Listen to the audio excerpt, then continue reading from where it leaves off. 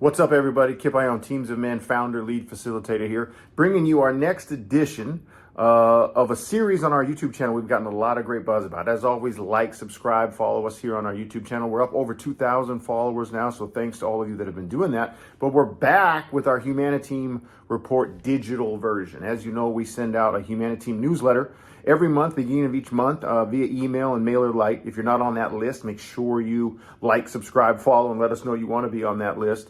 But we also have got a lot of success with people digesting this 10-minute recap of what's in the newsletter. It's a little staggered because we do want people to subscribe and read our version. This comes out a couple weeks later, but we still wanted to provide it with you because people have gotten a lot of good uses out of the video and used it to share with their team, share with their staff. So we've got episode 3, I believe, of the HuMANiTEAM Report. This is the January edition, and I'm actually filming on location, so to speak. I'm at the Africa convention for the American Football Coaches Association convention here in Nashville, and doing a lot of Teams of Men stuff. So this was a good time in between sessions to make sure we get HuMANiTEAM Report from Teams of Men, episode 3.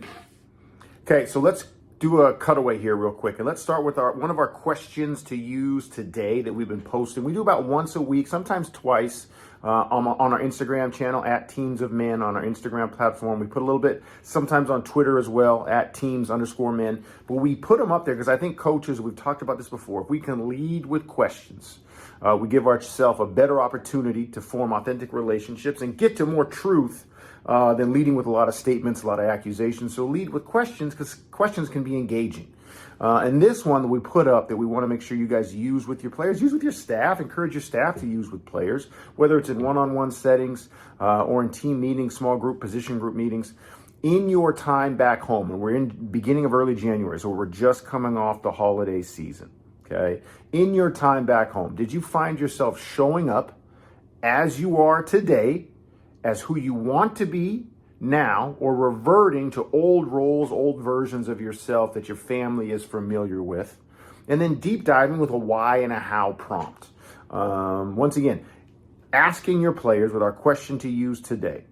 Did you find yourself, whatever amount of break you got, whether you're a fall sport athlete that gets a long break, you might still be at home, you're asking your guys via text, you're asking your guys when they get back, whether you're a winter sport athlete and your guys got 3 or 4 days at home, did they feel like they got to be who they currently are authentically at home, or did they revert back into old tropes, old roles of what their mom, their dad, their brothers, their sisters, their aunts, their uncles, their friends back home expect them to be? Because I brought this up and I said this, I wrote about this in the newsletter because I think often as coaches, we assume that our kids are going to go back home and get refueled, energized.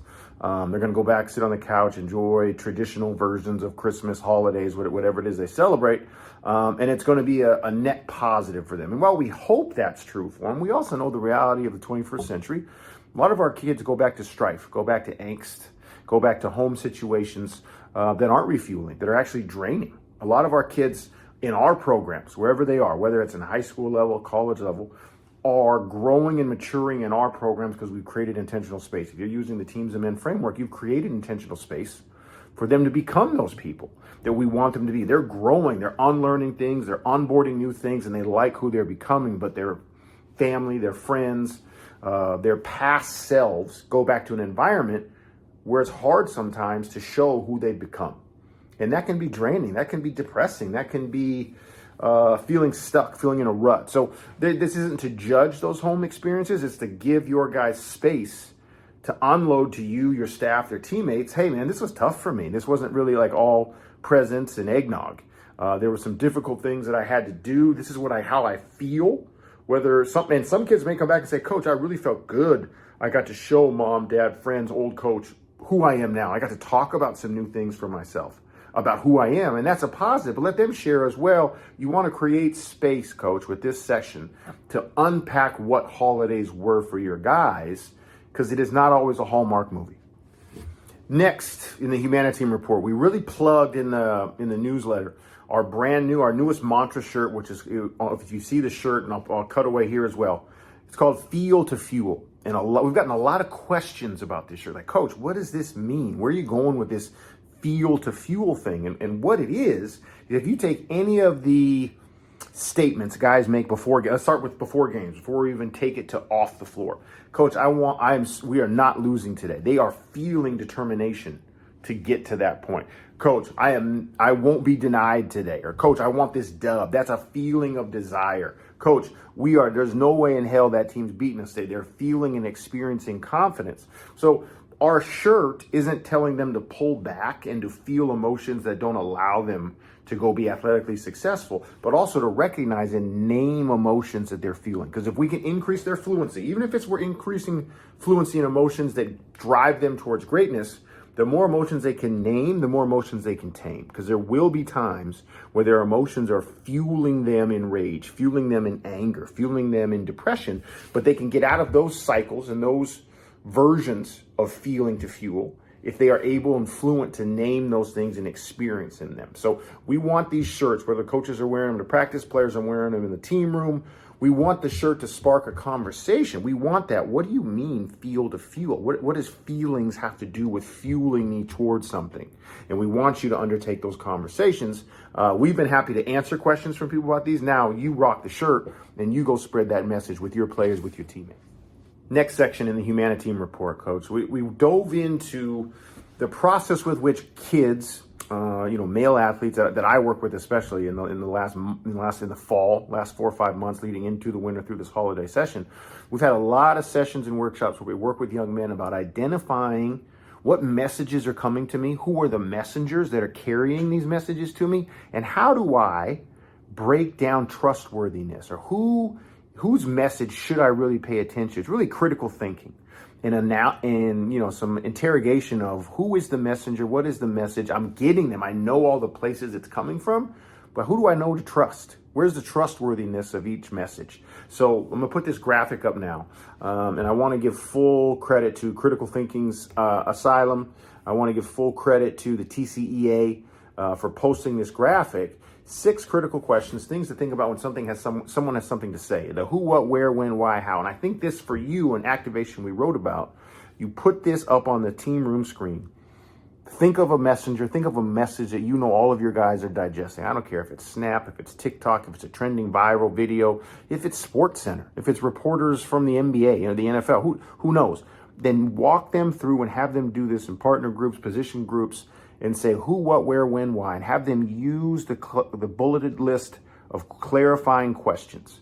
They need to be able to start filtering through, and we need to be able to trust that when they leave our programs, when moms and dads allow them out into the world, that they can decipher credible messages from bullshit messages.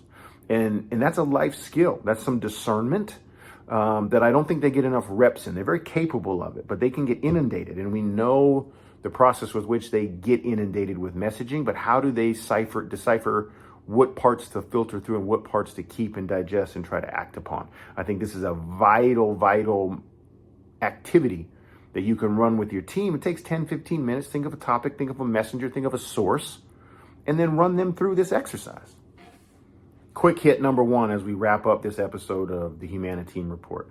This was from a rivalry weekend. I think it was late November, North Carolina State football. Not exactly, the Packers and the Bears, so to speak, but a rivalry game and 2 coaches that afterwards, when NC State beat North Carolina.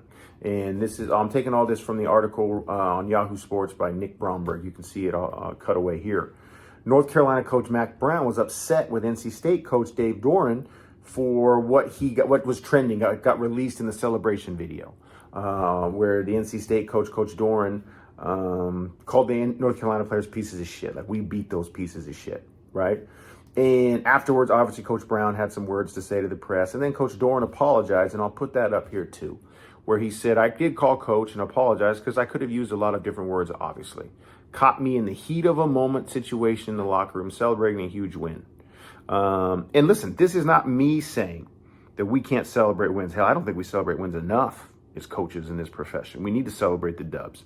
And this is not me saying that I never post-game was like, yes, we finally beat blah, blah, blah, or we got those blah, blah, blah. I've been that guy. What I think we have to get away from, and I could have been better at, and I think Coach Doeren would say he wanted to be better at, we don't get to say caught me in the heat of the moment as a relief or an escape from the accountability, okay? I think the heat of the moment is the test. The heat of the moment is How do I celebrate what my guys did without the disrespectful tone or the usage of those phrases towards the other team? And I know I failed this as well. This is a rep. I think this is a great opportunity. Somebody should show this to their team and say, hey, that coach has every right to be excited. Hey, that team has every right to be excited. We want to beat our rivals.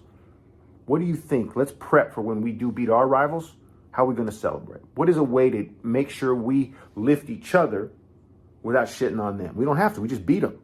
So I wish I would have done this before some of our big rivalry wins, because I know I use this same language that Coach did from NC State.